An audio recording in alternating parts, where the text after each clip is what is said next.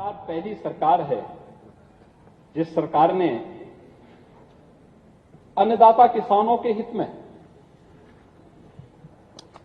दो अन्य महत्वपूर्ण कदम उठाए थे। एक,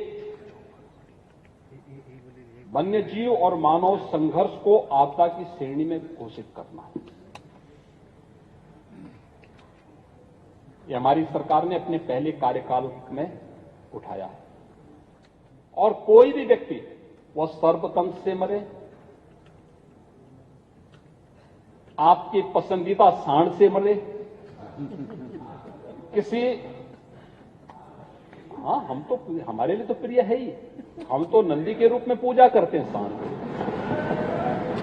हम तो करते ही हैं। शिवपाल जी क्या आप नहीं करते हैं क्या? करते हैं ना, तो कुछ तो समझाया करो।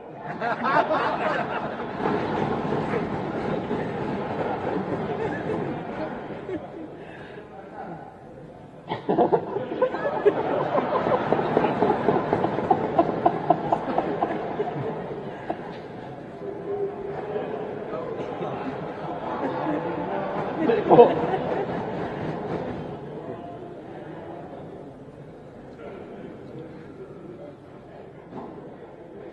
सर्पदंश से, वन्य जीव से, सांड के मारने पर, ये सभी को आपदा की श्रेणी में घोषित करने वाला उत्तर प्रदेश देश का पहला राज्य है।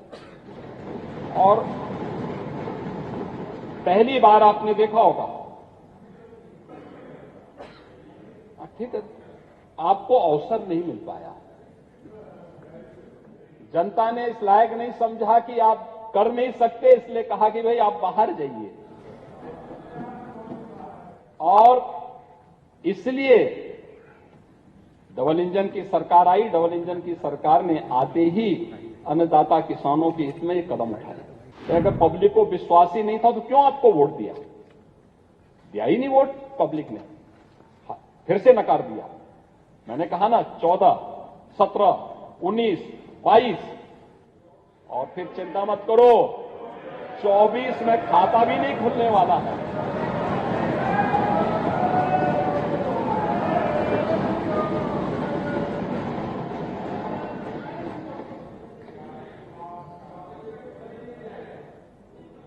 चौबीस में डबल इंजन की सरकार फिर से रिपीट करेगी, और मैं फिर इस बात को कहता हूं, मैं तो फिर से कह सकता हूं कि चच्चो अभी से रास्ता तय कर लो अपना।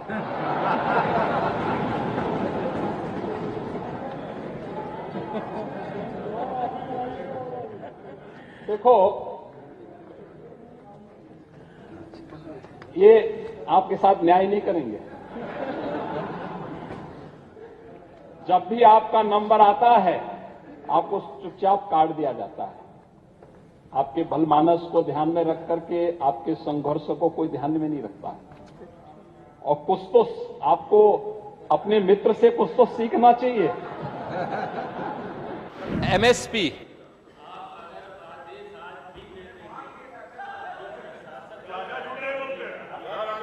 कभी क्रैश केंद्र पे जाएगा ही नहीं, किसान सीधा मंडी में चला जा। आ जाएंगे आपने और माननीय मुख्यमंत्री जी आपने देखिए, आपका हम सम्मान करते हैं। साथी को जल्दी शपथ दिला देना ना, जो मेरे ही साथ आ जाए। हाँ, ठीक है।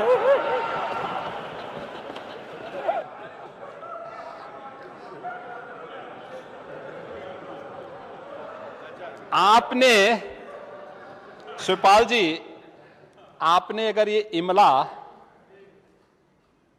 सत्ता में रहते हुए भतीजे को पढ़ाया होता ना, तो संभवतः कुछ अन्नदाता किसानों का हित हो गया होता।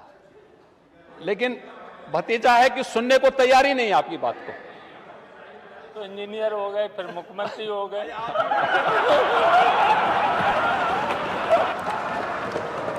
मुख्यमंत्री को भी पढ़ाई करा देनी चाहिए। कुछ ट्यूशन ले लो आप इनसे। नहीं, ठीक है। गेहूं खरीद जो हुई थी 12 से 17 के बीच में 19,02,000 किसानों से 94 लाख मीट्रिक टन हुई थी। 12,800 करोड़ रुपए का भुगतान हुआ था। यह भुगतान नगद किया गया था, इसमें डीबीटी भी नहीं अपनाया गया था क्योंकि आड़ती और बिचौलिए बीच में थे। और 17 से 23 के बीच देखिए 19,02,000 किसानों से आप खरीदते हैं, यहां 47,89,000 किसानों से खरीदा जाता है।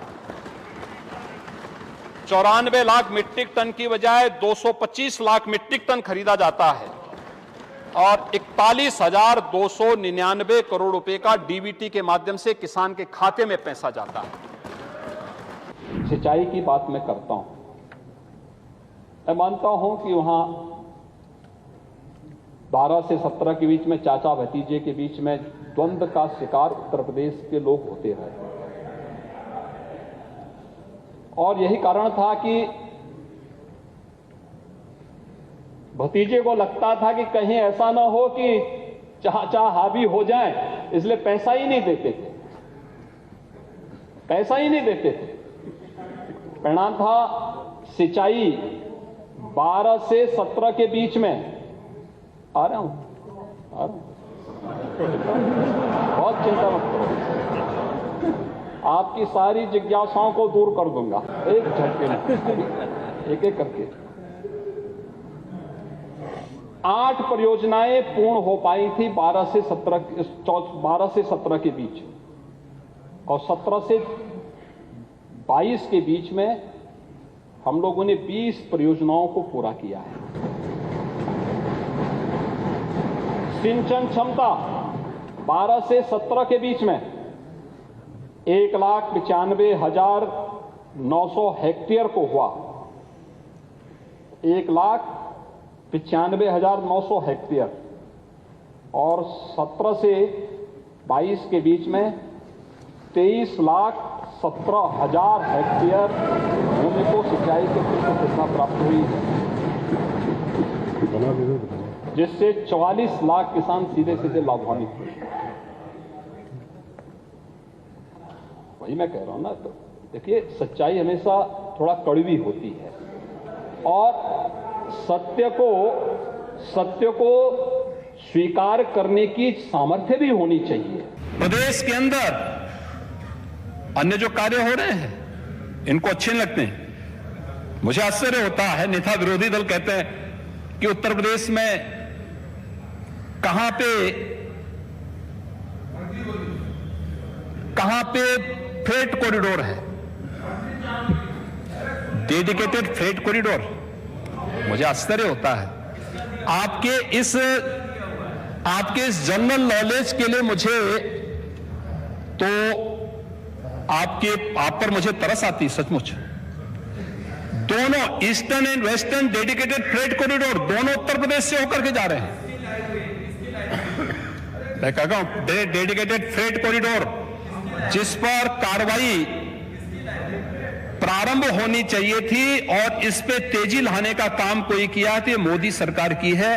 प्रधानमंत्री मोदी जी के नेतृत्व में उसके पहले सैंक्शन को आगे बढ़ाया गया था।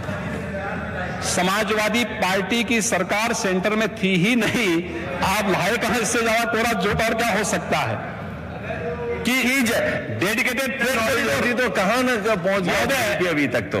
और डेडिकेटेड फ्रेट कॉरिडोर के ये भी उत्तर प्रदेश के लिए एक नया पोटेंशियल है कि दोनों का जंक्शन उत्तर प्रदेश के अंदर ही है और उसी में हम लोग वहां पर प्रदेश के अंदर मल्टी मॉडल लॉजिस्टिक हब का निर्माण दादरी में और बोड़ाकी में मल्टी मॉडल ट्रांसपोर्ट हब के निर्माण की कार्रवाई भी प्रदेश सरकार वहां पे कर रही है। इन लोगों ने किस तरीके से प्रदेश के अंदर, मैंने लोहिया आवास की सच्चाई आपके सामने रखी और अभी इनके कुबेर के खजाने का भी सच्चाई सामने रख दी है। कह रहे थे हमने इतना पैसा दे दिया कि किसान आत्महत्या कर रहा था। ये सच्चाई थी ना। यही सच्चाई थी कि किसान आत्महत्या कर रहा था और अपनी विफलता को छुपाने के लिए आरोप प्रत्यारोप, हमेशा धोखा देने की प्रवृत्ति एक स्थिति होती है हमेशा। कभी चाचा को धोखा दे दो, कभी बहन जी को धोखा दे दो, कभी भाई साहब को धोखा दे दो, कभी किसी को दे दो। ये प्रवृत्ति हमेशा होती है और वही स्थिति आज भी है। जब असत्य ही असत्य ही बोलना है, असत्य वाचन ही करना है, तो ये लगातार इस प्रकार की चीजें चलती हैं। मुझे नेता विरोधी दल के वक्तव्य को देख करके यही लगा कि 2014, 2017, 2019 और 2022 का जो जनादेश है वो जनता ने वैसे ही नहीं दिया। और दुष्यंत कुमार ने इस पे एक बहुत अच्छी बात कही थी।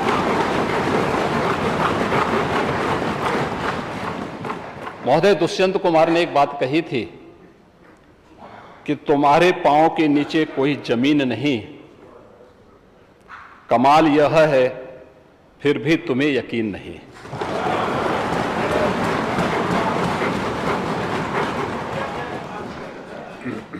उन्हें जमीनी हकीकतों की कोई जानकारी नहीं है। और तुलसीदास जी ने बात कही भी, समर्थ को नहीं दोष गुसाएं। ऐसे ही लोगों पे बातें अक्सर से सही बैठती हैं, क्योंकि जो लोग जन्म से चांदी के चम्मच में खाने के आदी हैं,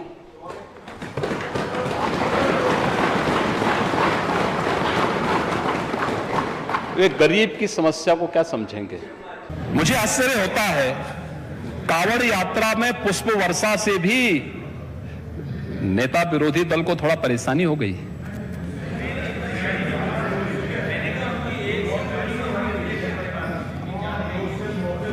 आपने तो कांवड़ यात्रा को बैन ही कर दिया था,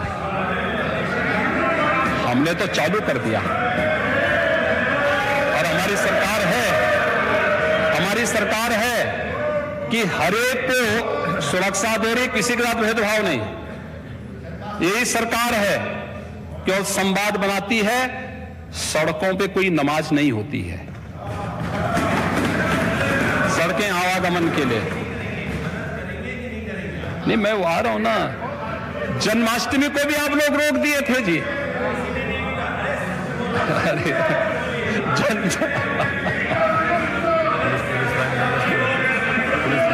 इन्होंने बैन कर दिया था जन्माष्टमी को। जब मैं 17 में आया, मैंने पूछा भी क्या जन्माष्टमी, उन्होंने कहा साहब ये तो सरकार ने बैन लगा रखा है। मैंने कहा क्यों?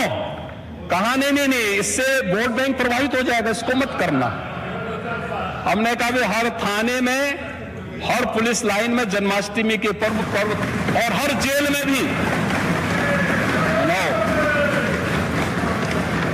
हमने प्रारंभ किया।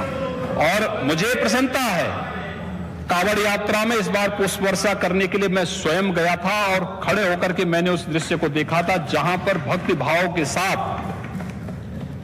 4 करोड़ कांवड़ यात्री श्रद्धालुजन हरिद्वार से जल लेकर के आते हैं। गाजियाबाद के बीच में 4 करोड़ लोग, कोई कानून व्यवस्था की स्थिति नहीं, शांतिपूर्ण तरीके से शिव भक्ति में लीन होकर के सामाजिक समता का एक उदाहरण प्रस्तुत कर रहे थे। उसमें तो उनकी किसी ने जाति नहीं देखी, वे तो हर जाति के लोग थे, हर तबके के लोग थे। बहुत सारी जगह बहुत सारे लोग आए थे, लेकिन नेता विरोधी दल को परेशानी है इस सब में। ये पुष्प वर्षा क्यों हो रही है? ये पुष्प वर्षा से उनको परेशानी है। परेशानी इस बात से नहीं है कि किसी और से हो, क्योंकि उनके समय में बैन हो गया था, लेकिन यहां खुल चुका है। मैं कह सकता हूं, आप लोगों ने उत्तर प्रदेश की परसेप्शन पर को बिगाड़ने का काम किया था। उत्तर प्रदेश के नौजवानों के सामने पहचान का संकट खड़ा किया था। आज मैं कह सकता हूं उत्तर प्रदेश का कोई भी नागरिक, वो किसी भी दल का हो, किसी भी उम्र का हो, किसी भी जाति, किसी भी मत और मजहब का हो, आज के दिन पर उत्तर प्रदेश के बाहर जाएगा तो उस पर कोई प्रश्न नहीं खड़ा कर सकता है। उसको सम्मान की निगाहों से लोग देखते हैं। ये परसेप्शन है उत्तर प्रदेश का। ये नए भारत का नया उत्तर प्रदेश, ये नए भारत का नया उत्तर प्रदेश, इसको बनाने के लिए मेहनत करनी पड़ती है। इसके लिए परिश्रम और पुरुषार्थ की आवश्यकता पड़ती है। इसके लिए शासन की योजनाओं को बिना भेदभाव के उन लोगों तक पहुंचाने के लिए प्रयास करने पड़ते हैं। सामूहिक प्रयास का परिणाम है आज उत्तर प्रदेश का परसेप्शन बदला है। लोग उत्तर प्रदेश के बारे में अच्छी धारणा बनाते हैं। आज लोग उत्तर प्रदेश में निवेश करने के लिए आना चाहते हैं, और नहीं तो इससे पहले जो था वो भी बाइंड अप होकर भाग रहा था। हर व्यक्ति के सामने स्वयं के जान के लाले पड़े हुए थे। इन लोगों के पास कोई विजन नहीं था। आज तो हम लोग कार्य कर रहे हैं, तब परिणाम सामने आ रहे हैं। ये लोग दलित और पिछड़ों की बात करते हैं, अल्पसंख्यकों की बात करते हैं महोदय। और यही नहीं, डबल इंजन सरकार ने एक और काम किया है। प्रयागराज में भी एक भूमाफिया की जमीन को मुक्त करा करके 76 गरीबों को वहां भी आवास दिया है।